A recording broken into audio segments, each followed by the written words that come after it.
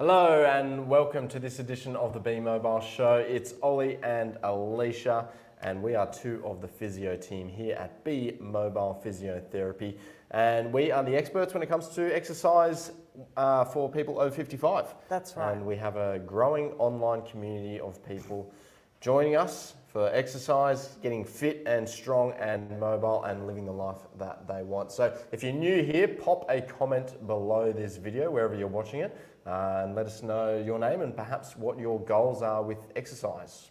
Absolutely, yeah, and yep, let us know where you're from and also if you have any questions.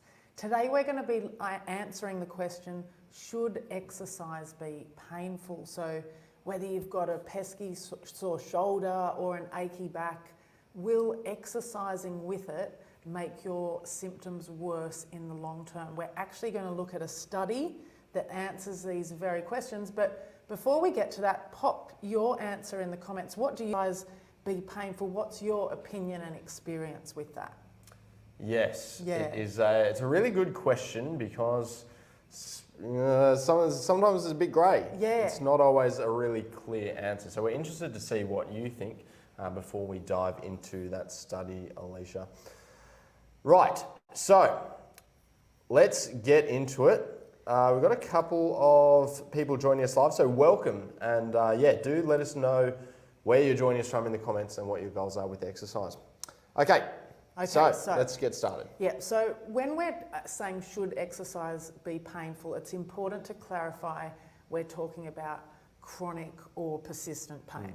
So if you've had an acute trauma or you have a pain that's getting worse or you're concerned about your pain, you should go and get that checked out by a health professional because we want to rule out serious causes of pain, things like fracture, infection, neurological conditions, cancer. So today we're talking about persistent musculoskeletal pain. Yeah, now unfortunately pain-related conditions are the leading cause of disability worldwide. Yeah. So it is an important thing to address, but we can have such a big impact if we can help people to get moving in spite of their pain, Alicia. Absolutely, absolutely, and that's what this research dives into. So I'm going to cover a couple of things before we get to this study. So we know from the research that there's poor to moderate evidence supporting pharmaceutical interventions, psychological and physical therapies. However, there's strong evidence that changes in psychological factors and self-efficacy and depression can really change a person's experience with pain, and predict outcomes. So what do we mean by that? Let's start with self-efficacy. Ollie, what is self-efficacy? So you can see on the screen there, self-efficacy relates to how well you think you have control over your health. Okay, so if you feel like you have control over, essentially being able to exercise and look after yourself without relying on health professionals, for example, then we would say that you have a high level of self-efficacy. Absolutely. And that relates to the next point, that there's really strong evidence that positive changes in people's pain catastrophizing and physical activity levels influence their pain. So when I'm talking about catastrophizing, I'm going to get up a graph here, Ollie, or a table I should say. Mm-hmm. This is the pain catastrophizing scale. I said it right there. It's a bit of a mouthful, that word, catastrophizing. So catastrophizing is ruminating, it's magnifying thoughts, and there's a theme of helplessness. So if we look at some of these statements that you might relate to, I know I certainly can, because when you're in pain, it can be all-consuming. So having thoughts like, I feel like I can't go on, I worry all the time about whether the pain will end, it's awful and I feel that it overwhelms me, I've become afraid that the pain will get worse. So as you can see, there's a whole list of statements there that are very common in people that are experiencing persistent pain. And I know I can definitely put my hand up and say I've had a lot of those thoughts myself. I don't know whether you can relate to that, Ollie. Yeah, definitely, Alicia. I think a really clear example of whenever we talk about catastrophizing, and people sometimes have a hard time understanding how that can relate to your pain. But if you think for example, you hurt yourself and you've got an injury and it's really, really painful, but you don't know what you've done. Sometimes even just going to a health professional, and then saying like, this is not something to worry about. Yeah. Even that can really almost immediately reduce the severity of your symptoms, because you've just got that reassurance. Absolutely, absolutely. And I think that catastrophizing is that we know that is predictive of pain in a negative way.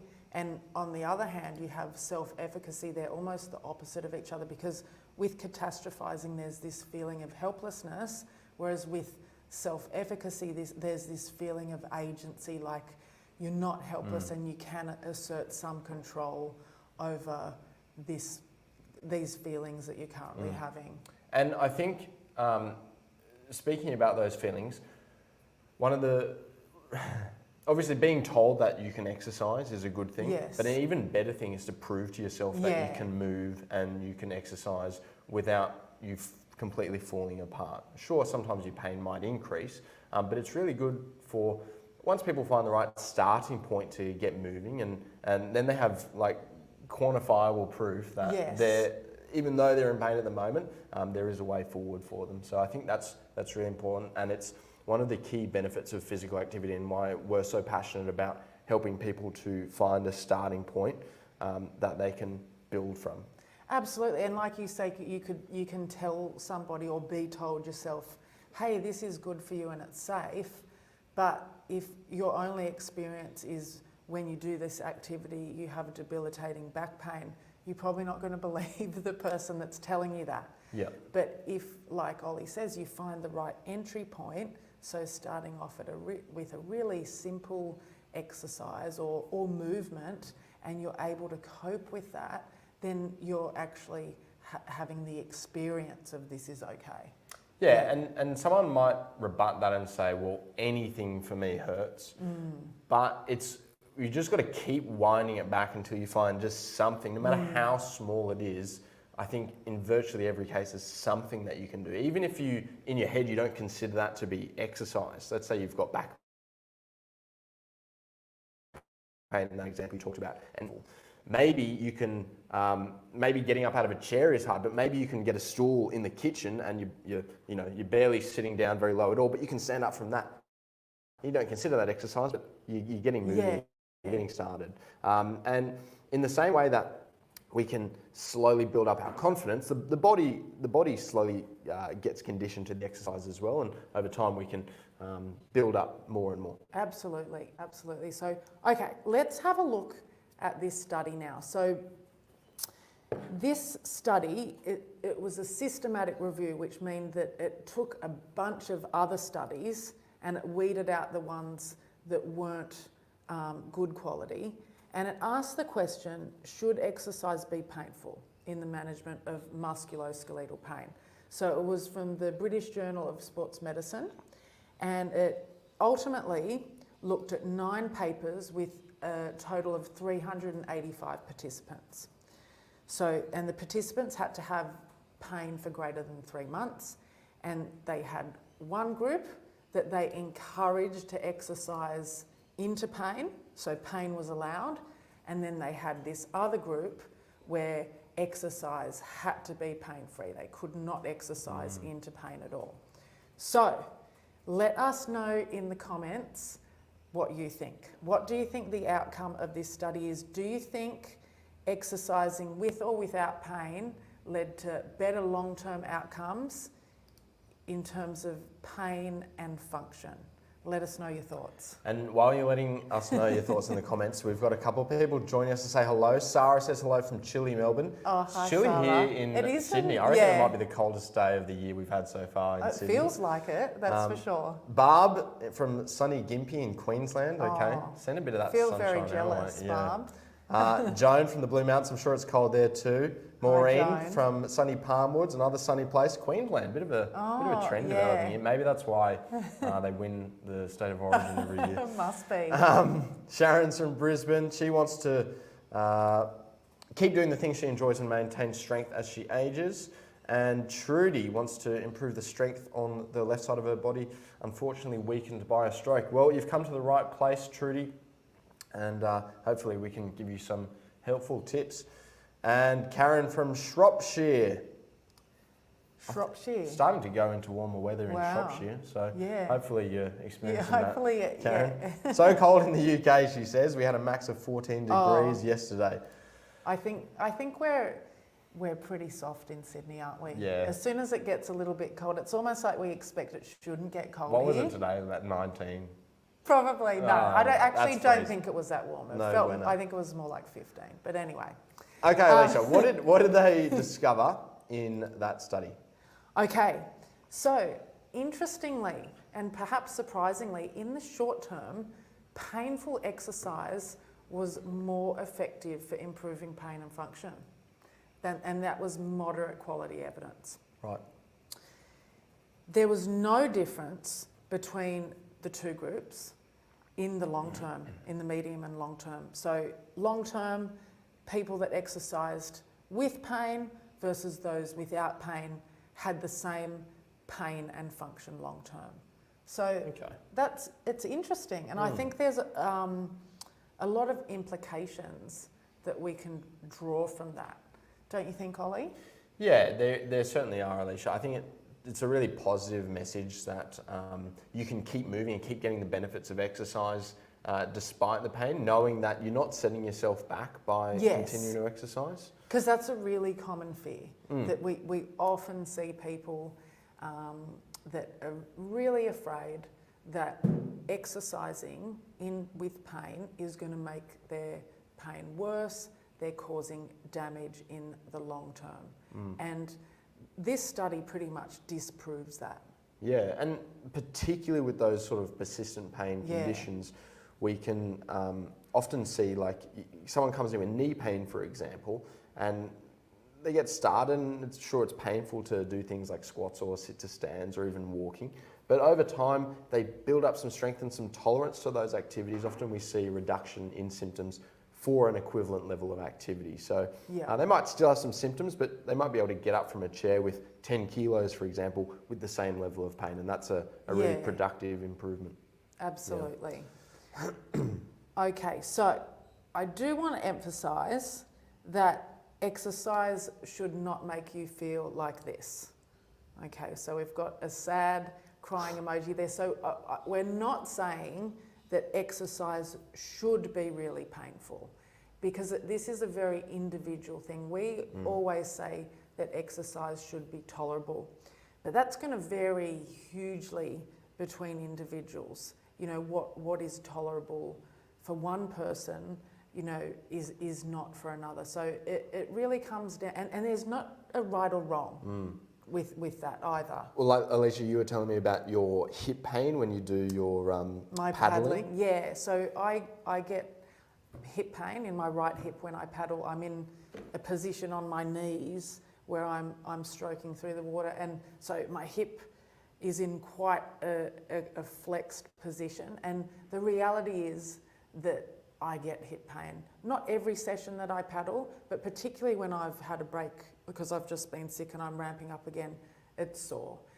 Or if I'm doing more, it's sore. So, but the thing is, I want to paddle, and I accept that if I want to paddle, I'm going to have hip pain at times, because there's a lot of value in that activity for me and I enjoy it. But I also feel reassured by the fact that I'm not doing damage by doing that activity. And I think that example there just points towards how contextual pain can be. Yeah. Like, for example, you're really motivated to do your paddling, so the pain is more tolerable versus someone sitting in a dentist chair in a really threatening position getting some work done. They're going to potentially experience heightened levels of pain because it's such a threatening environment, and they don't want to be there either, versus your example. Yeah. In my experience working with pain, I've had a back injury where I've had quite long-term levels of pain in my back. And the way that I worked through that was by taking that exercise that caused me pain to start with and just going back to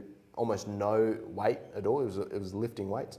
Yeah. And just starting with nothing and then gradually each week just adding like 1 kilo, okay? And sometimes it was going backwards. And sometimes I'd do the same thing that I'd done the last week and my pain would be much worse and I'd have to take it back. And it's just really just turning that volume knob up and down as you go, and hopefully over time you see some slow improvements. But it's not an overnight fix, is it? It's not, and I think like you said, it's a bit of an experiment as well, because you're sort of playing around with, I guess, the dose of what you're doing in terms of exercise, and sometimes you feel good, but you might do the same thing again the next week and you're in a lot of pain, because as we know, there's a lot of factors that contribute to pain, like how you're sleeping, what stress you've got in your life, and sometimes we have a spike in pain and we can't really put it down to anything.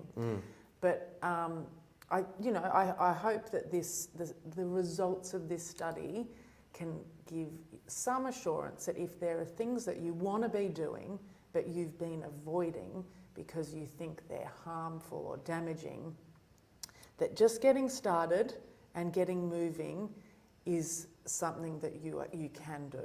Yeah, safely. So you get the benefits of exercise it's as well. safe for you to do. Now, Alicia, we've got some thoughts in the comments. Okay. Barbara says, exercising while still experiencing pain is probably going to be good for you in the long term. Otherwise, you're going to lose muscle tone and strength. Yes, you are preaching to the choir here, Barbara. April says, it's amazing that people that have had hip replacements, etc., are encouraged to get up and about very quickly from surgery. It is amazing, but once again, we've got evidence showing that despite the high levels of pain after a big surgery like that, it's really positive for you to get up and get moving. And Trudy says, many physiotherapists advise against doing exercises if there is pain. Yeah. That is true, and I think it's a very ingrained belief, and it comes from sort of like it makes logical sense if you didn't know any better, that if you do something and it hurts, stop doing it. Yes. Rest almost always makes things feel better, but it doesn't help us build that conditioning, that tolerance, and that self-efficacy that you talked about before, Alicia. Yeah, and you're right, Trudy. And when I was at university 20 odd years ago, that's what I was taught, that exercise should be pain-free. But I guess, or not I guess, I know that there's just been so much robust, large-scale research that disproves that notion. Again, we're not saying you have to exercise in pain, because that comes down to what's the individual's preference. But it's important to note with chronic musculoskeletal pain, so we're ruling out any other serious causes, it is safe to exercise with pain. And like you said, Ollie, there's also the costs of, it's important to consider the costs of not exercising, which also was pointed out. So the losses in strength and function, but also the enjoyment, of doing the things that you want to do. Yeah. Absolutely. Yeah. And it sounds like we're preaching to the choir with Trudy, because she says knee pain seems to lessen after walking daily. Yeah. So there's a good example where exercise can have a really powerful analgesic effect, just by nature of getting moving, getting some of those feel-good chemicals being released. And Carol asks, if walking is the only activity that hurts, do you focus instead on other exercise? Well, as we've sort of discussed, we would encourage you to continue walking as long as it's tolerable. That might mean doing shorter distances. It might mean doing flatter routes or more even surfaces, those sorts of variables we would encourage you to play around with so that you can continue walking. But for the time being, it might mean that you're focusing on exercise that you can tolerate better, whether that's doing some strength training, doing some balance training or swimming or something like that. Absolutely, and you might even find that as you incorporate other activities, and in particular strength training, you may also find that because you're building up the tolerance of your nervous system, and also your muscles and tendons, that maybe walking becomes more tolerable in the long term as well by engaging in those other activities. Definitely. Yeah. And April says that she's experienced how movement can help with her lower back pain. And Alicia, I think we might sum it up with this comment here from Joan, who gives the Be Mobile motto, low and slow is the way. So we always say Yes. start low, go slow. Start at something that you can manage easily and gradually, very slowly build up over time. That's the way to do it. Okay, Absolutely. now we've got a couple of questions here. Let's pull them up if I can find them, Alicia. Okay, I'll read. We have a question here from Emma, Yep. who is currently doing our 8-week Fit and Strong program. And she says, "Hi guys, I can't believe I'm in week 6. Well done, Emma. This is unheard of for me.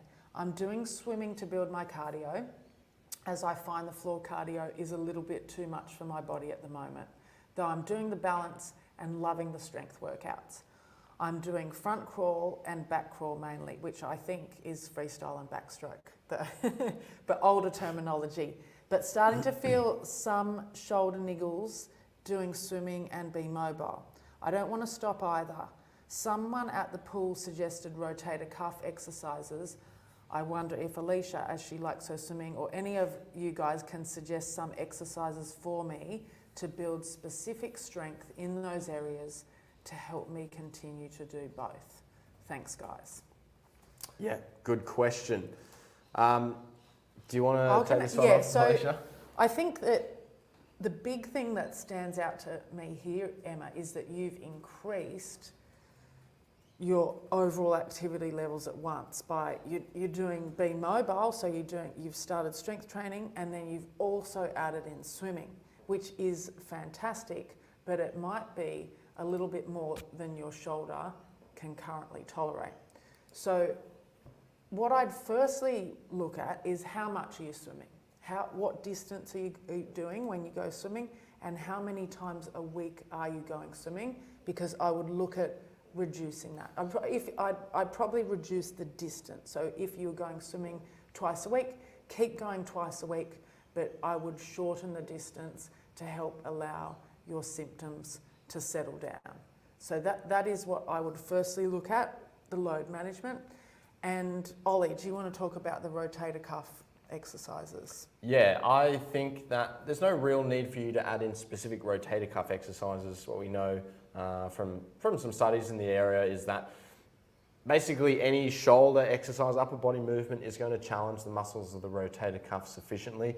There's no need to do specific isolation exercises, for example, like we've all seen that exercise. Yeah. Well, I presume many of us have seen that exercise where you hold a band, you rotate your arm out to the side. That's the traditional rotator cuff movement. Yeah. But something like an overhead press or bringing some dumbbells out to the side in a lateral raise, both are really going to be challenging for the rotator cuff. So there's no need to add on another layer to what you're already doing with specific exercises. I would just go back to what you said, Alicia, find a manageable level where you can get by with the symptoms with what you're doing with the Be Mobile strength workouts and your swimming.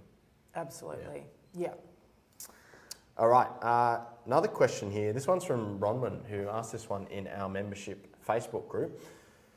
Bronwyn says, anyone got any ideas about getting heart rate going from a seated position, like aerobic exercise? I took a layer of skin off the bottom of my foot yesterday and it's an open, now covered wound. It seems sensible to stay off it pending medical advice. I can only think of doing weights while seated. Any other ideas, Alicia? Well, I'm firstly going to read out the suggestions from other members in the group that suggested a single leg sit to stand. So a great idea there. Can be a tricky exercise, the single leg sit to stand. So if you do find that difficult, you can chalk up the height of the chair with a couple of cushions or some folded towels to make it a bit easier. Also, seated bicycle kicks, seated reverse crunch, aerobics movements with light hand weight. So we're sort of thinking reaching down and up. You can really sort of take any aerobics move and do, boxing, like add a couple of dumbbells to that, uppercuts. Any other ideas? No, Ollie? I think there's plenty there. And Bronwyn said thinking of doing weights while seated fast. Yeah, I mean you could do lighter weights and shorten your rest periods between sets, and that'll certainly help you to get a good cardiovascular workout. Yeah. And you might increase the repetitions as well. So instead of doing a set of 10 heavy reps with the overhead press, you might do a much lighter weight and do 20 or 30 reps, have a short rest for 20 seconds and then go again. Yeah. That's an idea too. Yeah. Hopefully the wound on your foot heals quickly. Yeah. Yeah. Not a good area to have a sore on. No. We've got a question here from Carolyn Alicia who asks, does it depend on the type of pain? For example, sharp pain versus dull muscle pain? That's an interesting question because, again, at university, we were told to pay a lot of attention to the quality or the sensations of someone's pain, how they described it. Sharp, dull, tingling, there's, what are other? Hot, burning, stabbing. Stabbing. And as it turns out, there's not, because pain is such a subjective experience that doesn't necessarily correlate that people that describe pain as being sharp is different from another type of pain that's dull in terms of what's causing it. Yeah. Yeah. And even within the same condition, people can experience pain in different ways. So Yeah. we wouldn't put too much weight in that. We would treat pain equally and just bring it Yeah. back to what you would deem to be tolerable. So it might be, you could potentially have a sharp pain that's tolerable, and equally you can have a dull pain that's tolerable. But yeah, I would just bring it back to that key word of tolerable. Yeah. All right. Okay. Any more questions or comments, Ollie? No questions or comments there that I can see, Alicia. So we might wrap it up there for today. Thank you so much for joining us for this Be Mobile show. If you do have any questions regarding the things that we've discussed today or anything else related to Exercise 55 Plus, leave it in the comments below this video, or you can shoot us an email, info@bemobilephysio.com.au, and we will try to get to your question next week. Any closing remarks, Alicia? No, thanks for joining us, and hopefully we'll see you next week. Wonderful. Okay, see you later, everyone.